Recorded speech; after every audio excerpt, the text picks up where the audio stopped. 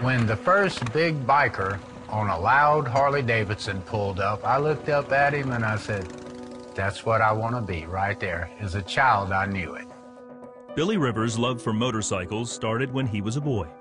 His drug use started shortly after that. By the time he was 17, he traded normal teenage dreams for motorcycle gangs and a needle full of heroin. My dream in life was just another needle with heroin or cocaine.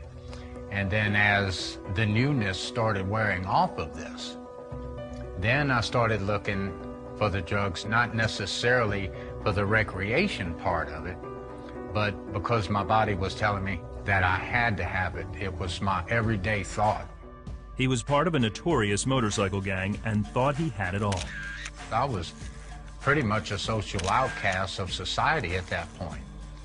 And in the drug world and in the motorcycle world, I was accepted. I had really what I wanted. All I had to do was go steal and the drugs would be there, as long as I could steal enough to support that habit. And I knew that there was another side of life, but I had no idea how to get out of this. His life of drugs and crime landed him in prison for 11 years. So I would put this persona on that I am this tough guy. And at that point in time, I was doing my best to live that image. But the real Billy was hid inside. When Christian ministers came to the prison, Billy sat and listened. Anything to get out of his cell. But believing in Jesus didn't fit his image. And like I told one preacher, I said, if I can't see him and I can't touch him and I can't talk to him, you're never going to make me believe that he's real. He said, I'm not going to give up on you, Billy. One day, a visiting preacher passed Billy's name on to John Capitano, a chapter leader of the Christian Motorcycle Association. And I started receiving mail, letters from this man, John Capitano, saying, I don't know you, but I love you. And I'm reading these letters and saying, wow, is he drunk? Or why would this man be telling me he loves me? I'm a ex-heroin addict. I'm a convict. I'm a thief. I'm a liar. Why in the world would this man be telling me he loves me? When he was released from prison, Billy agreed to meet with John. Johnny did something that just totally showed me the love that he had been talking, that all the preachers had been talking about. Not knowing me, he opened his wallet up and pulled out $60. He said, Billy, go buy you some new clothes. And I said, why? What are you wanting in return? He said, for you to understand the love of Jesus Christ. That's what I want in return. Soon after, Billy visited a Christian Motorcycle Association meeting. The people he met amazed him. And when I walked up into their meeting and said, just got out of prison, ex-heroin addict, I was perfectly honest with everybody. I'm the lowest of the low. But I heard that you people love people like that. And they said, yeah, we do. Come on in.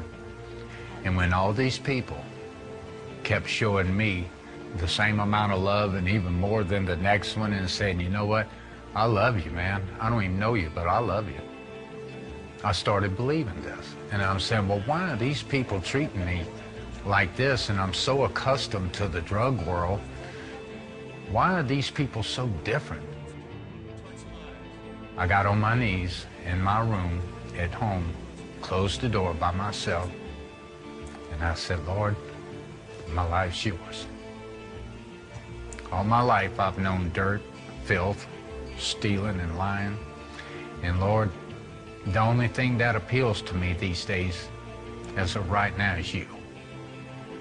I hear you now, and I can even touch you because I have your living word here in my hand.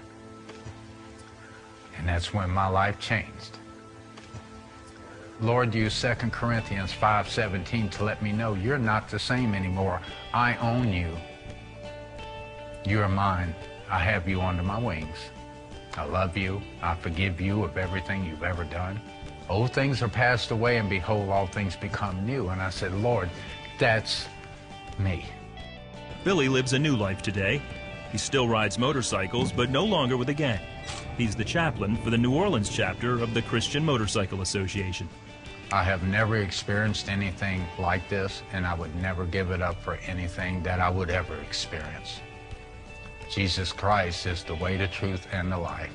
So being a servant today for Jesus Christ is the most wealthy thing.